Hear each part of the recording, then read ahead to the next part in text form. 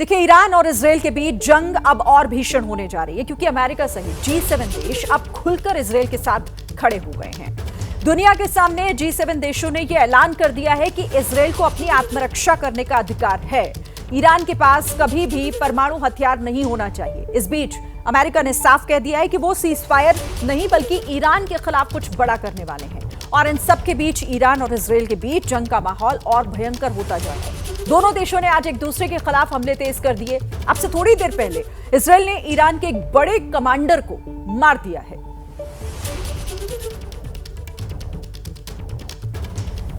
तो लगातार दोनों देशों के बीच ये तनाव बढ़ रहा है, एक दूसरे पर अटैक किए जा रहे हैं, ज्यादा से ज्यादा नुकसान पहुंचाया जा रहा है। ईरान के एक बड़े सैन्य कमांडर के मारे जाने की खबर है इजरायल के हमले में। दूसरी तरफ हाइफा और साथ ही कई ठिकानों पर हमला ईरान की तरफ से भी किया गया है। तेल अवीव में भी अटैक किए गए हैं, जिसके बाद बड़े स्तर पर नुकसान इजरायल को भी होता हुआ दिखाई दे रहा है। इसी बीच अमेरिका के राष्ट्रपति यानी कि डोनाल्ड ट्रंप G7 समिट से एक दिन पहले ही वापस अमेरिका लौट गए और उसके बाद उनका यह कहना कि वो युद्ध विराम के लिए नहीं बल्कि इससे भी बड़ी चीज पर काम करने के लिए लौटे हैं।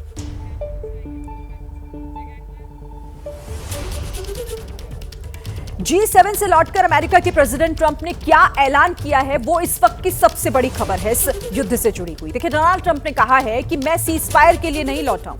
ईरान इजरायल में सीजफायर नहीं, युद्ध विराम से भी कुछ बड़ा होने वाला है। और ये लौटने के बाद अमेरिकी प्रेसिडेंट का ये बयान जो कई तरह इशारा करता है और साथ ही ये भी कि कहीं ऐसा तो नहीं कि कुछ बड़ा प्लान अमेरिका ने तैयार कर लिया है और उसी के तहत वो शिखर सम्मेलन G7 शिखर सम्मेलन छोड़कर पहले ही वापस अपने देश लौट गए हैं। हम आगे बढ़े उससे पहले आपको ईरान इजरायल युद्ध पर इस वक्त के 5 अपडेट जल्दी से बता देते हैं कि अब तक क्या कुछ हुआ है। देखिए, ईरान ने इजरायल के बड़े शहरों पर भीषण एयर स्ट्राइक की है। दूसरा बड़ा अपडेट यह है कि इजरायल ने ईरान में युद्ध के चीफ ऑफ स्टाफ अली शादमानी को मार गिराया है। तीसरा अपडेट यह कि ईरान के उत्तर पश्चिमी शहर तबरीज में 2 बड़े धमाके किए गए। चौथा अपडेट यह है कि ईरान को चीन से मिली सैन्य मदद, 48 घंटों में 2 कार्गो विमान ईरान आए हैं। पांचवा अपडेट है 110 भारतीय छात्र आर्मेनिया के रास्ते ईरान से निकाले गए हैं। तो अब तक का ये अपडेट ईरान इजरायल युद्ध पर किस तरह से लगातार हलचल बढ़ती हुई, अटैक बढ़ते हुए एक दूसरे देश पर हमला जो है वो लगातार किया जा रहा है। और इस खबर पर बात करने के लिए सीधे रुख करते हैं हमारे साथ न्यूज रूम से जगविंदर पटियाल, हमारे सहयोगी इस वक्त हमारे साथ जुड़ गए हैं। जगविंदर जी, जिस तरीके से फिलहाल तो लग नहीं रहा कि दोनों देशों के बीच जो ये तनाव है ये रुकेगा, क्योंकि अब तो अमेरिकी प्रेसिडेंट ये कह चुके हैं कि हम कोई युद्ध विराम के लिए नहीं, वो लौटे हैं क्योंकि वो कुछ बड़े पर काम कर रहे हैं, कुछ बड़ा करने वाले हैं। तो इस बीच इसे क्या समझा जाए, उनका ये कदम, उनका ये बयान? ये युद्ध और तेजी से बढ़ेगा। ये मिडिल ईस्ट वॉर की तरफ कन्वर्ट हो रहा है। अगर आप देखें, ये रुकने के लिए शुरू नहीं किया गया है। अगर इसकी ज़मीन देखें तो जब ऑपरेशन सिंदूर ख़त्म करवाया गया था, ये ज़मीन तभी तैयार हो चुकी थी और इजराइल इसकी तैयारी कई सालों से कर रहा है। आप एक ना डायनेमिक समझिए अमेरिका और इजराइल के। उन्होंने क्या किया, पहले ईरान के जो न्यूक्लियर एस्टेब्लिशमेंट्स हैं वहाँ पर अटैक किया। ये इसलिए अटैक किया गया वहाँ पर कि जिस तरह से ईरान के खिलाफ आने वाले दिनों में ये युद्ध लड़ा जाएगा, उससे ये लगता था अमेरिका को कि कहीं ऐसा ना हो कि 1945 में जो उन्होंने जापान से परेशान होकर किया था, कहीं ईरान आज वही अमेरिका या इजराइल से परेशान होकर ना कर दे, यानी एटम बॉम्ब का इस्तेमाल ना कर दे। इसलिए पहले इजराइल और अमेरिका ने यह तय किया कि ईरान के उन एस्टेब्लिशमेंट पे अटैक किया जाए जो एटम बॉम्ब या फिर न्यूक्लियर वेपन से जुड़े हुए उनके सारी तैयारियां हैं उस पे। उसके बाद ये एक तरह से एयर अटैक से ही ये लड़ाई लड़ी जाएगी, ये हवा से युद्ध लड़ा जाएगा। क्योंकि अगर इजराइल के साथ आप देखें या जितने भी आसपास के बेस हैं जो अमेरिका ने बनाए हुए, चाहे जॉर्डन में मान लीजिए, सऊदी अरबिया में मान लीजिए, कतर में मान लीजिए, उन सबसे जो दूरी पड़ती है वो तकरीबन 500-600 किलोमीटर से लेकर 1500-2000 किलोमीटर तक की दूरी पड़ती है। तो ऐसे में इराक बीच में आता है और बीच में जो बाकी देश आते हैं, एक तरफ से आर्मेनिया पड़ता है, वहां से उनको रास्ता मिल नहीं पाएगा, इराक पूरा क्रॉस करना पड़ेगा। इराक जो है वो सुन्नी कंट्री है।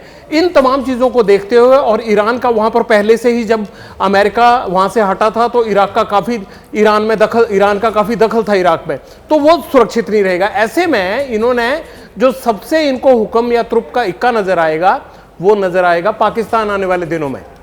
और भारत के लिहाज से श्रीन मैं ये बता दूं थोड़ा सा कि इसलिए ये वॉर अच्छा संकेत नहीं है क्योंकि भारत के जो पड़ोसी देश हैं जो हमारे दुश्मन देश माने जाते हैं, चाहे चाइना हो चाहे पाकिस्तान हो, उनको इस युद्ध का बेनिफिट मिलेगा। क्यों बेनिफिट मिलेगा? वॉर एक बिजनेस है, अमेरिका के लिए भी बिजनेस है और चाइना के लिए भी। चाइना ईरान को जो है वो अपना डिफेंस इक्विपमेंट देगा, और मैं आज आपको बता रहा हूं कि इनके बीच में ऑयल फॉर डिफेंस सिस्टम, ये बॉर्डर डील तकरीबन होने वाली है। रशिया सैटेलाइट इमेज पर गौर कर रहा है कि क्या वो ईरान को मुहैया करवा सकता है, क्योंकि अगर हम देखें तो खुमैनी का जो पुराना वास्ता है वो अजरबैजान से है। तो इराक को ना इस्तेमाल करते हुए ईरान के लिए जिस तरह से पाकिस्तान इंपॉर्टेंट होने वाला है, चाहे वो रिफ्यूजी आए, चाहे वो पाकिस्तान के जरिए चाइना को अपना डिफेंस इक्विपमेंट भेजना हो, उनकी बंदरगाहों को यूज करना हो, लेकिन पाकिस्तान को अंत में दूसरी साइड से भी फायदा मिल सकता है। भारत के लिए खतरे का सिग्नल क्यों है ये? क्योंकि अगर अमेरिका को ये लगेगा कि युद्ध भैया लंबा खिंच गया और अब इसे क्लोज कॉर्डन करके जो है वो इसको मारना है, तो अमेरिका भी पाकिस्तान की जमीन को इस्तेमाल करेगा, ठीक उसी तरह से जैसे उसने अफगानिस्तान के खिलाफ पाकिस्तान को इस्तेमाल किया था। और पाकिस्तान की दुकानदारी अमेरिका के जरिए इसमें चलती रहेगी, मुनीर को बुलाना और ये सब चीजों को देखना। चाइना पहले बिजनेस करेगा, बाद में अमेरिका अपना धंधा चलाएगा वॉर का इसमें। सो कुल मिला के कहने का भाव ये है कि पाकिस्तान के लिए ये वार बड़ी सूटेबल है। उसको घर बैठे बिठाए अच्छा मुद्दा मिल गया है पश्चिमी देशों के नजदीक जाने का, चाइना के नजदीक जाने का, और उसका रूट इस्तेमाल होगा। और ईरान की मजबूरी बन गया है पाकिस्तान, और अमेरिका जो है वो अभी इजराइल को यूज कर रहा है, लेकिन कल यूज करना पड़ा तो पाकिस्तान को यूज करेगा। ईरान इजराइल जंग को लेकर एक और बड़ी खबर मिल रही है। ईरान को लेकर G7 का बयान भी सामने आ गया। G7 देशों ने ये तय किया है मिलकर कि इजराइल को समर्थन दिया जाए। साथ ही ये बयान भी जारी किया गया कि इजराइल को आत्मरक्षा का अधिकार है, अपनी रक्षा करने का अधिकार रखता है इजराइल। ईरान कभी परमाणु हथियार नहीं रख सकता है। G7 की तरफ से ये बयान महत्वपूर्ण हो जाता है युद्ध के इन हालातों के बीच, जब दोनों देश एक दूसरे पर एक के बाद एक बड़े अटैक कर रहे हैं, नुकसान पहुंचा रहे हैं। तो ऐसे में G7 का ये बड़ा बयान, और इस पर बात करने के लिए जगविंदर जी फिर से आपके पास आती हूं इस सवाल के साथ कि आखिर G7 अगर ये फैसला लेता है और ये बयान मिलकर एक जारी किया जाता है, तो इसके मायने क्या हो जाते हैं? और ईरान की मुसीबतों को बढ़ाने वाला ये बयान?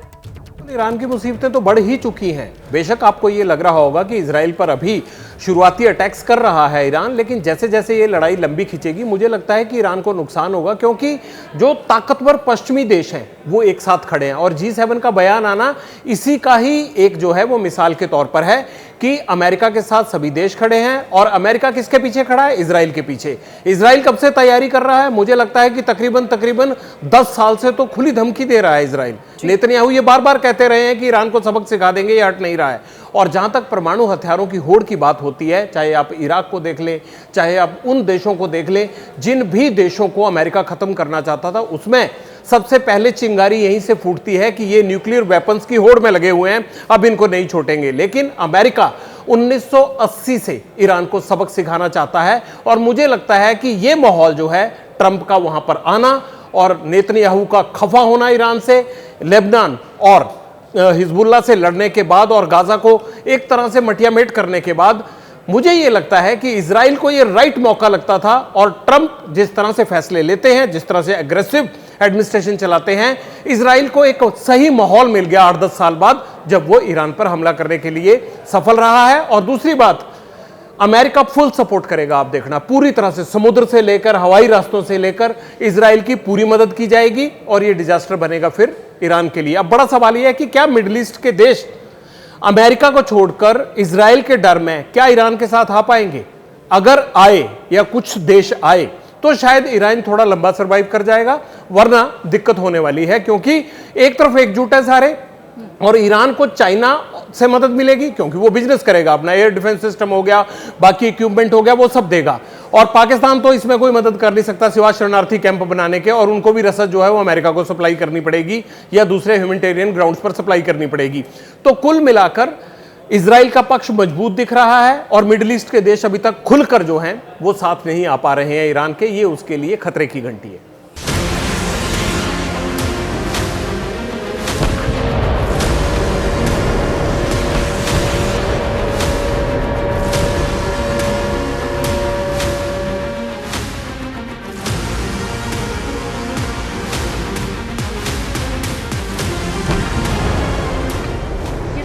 बता रही हैं कि इजराइल और ईरान की जंग किस भीषण दौर में है। दोनों देश बारूद की ढेर पर हैं और दुनिया तीसरे विश्व युद्ध के मुहाने पर खड़ी है। एक दूसरे को धमकाने से बात बहुत आगे बढ़ चुकी है और अंजाम में सिर्फ तबाही है।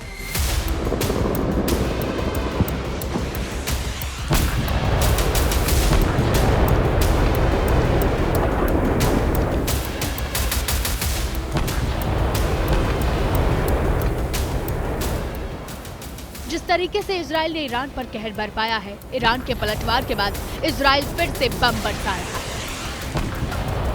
सवाल ये है कि क्या ईरान के सर्वोच्च नेता अयातुल्लाह खामेनेई की सत्ता हिल रही है?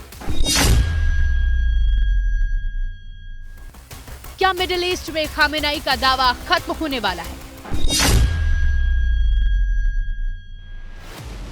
क्योंकि जिस तरह से अमेरिका की छत्रछाया में इजराइल ने ईरान में तबाही मचाई है और मुस्लिम देशों के संगठन OIC के 57 में से 9 देश ही ईरान के साथ खड़े हैं, खामेनेई की सत्ता को बड़ी चुनौती दिख रही है।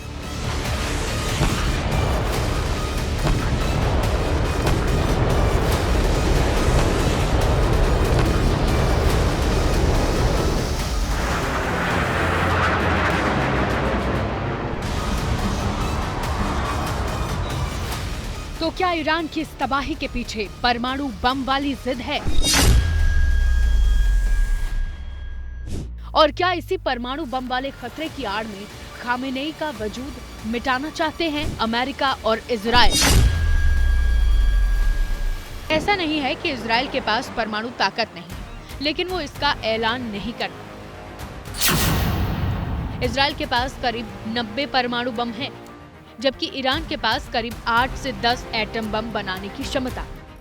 लेकिन इजराइल ऐसा किसी कीमत पर होने नहीं देना चाहता।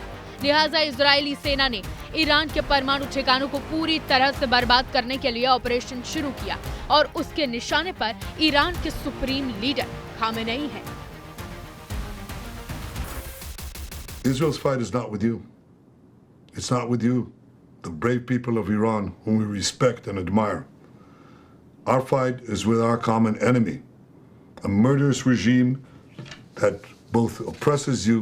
The nation of Iran and the nation of Israel have been true friends since the days of Cyrus the Great.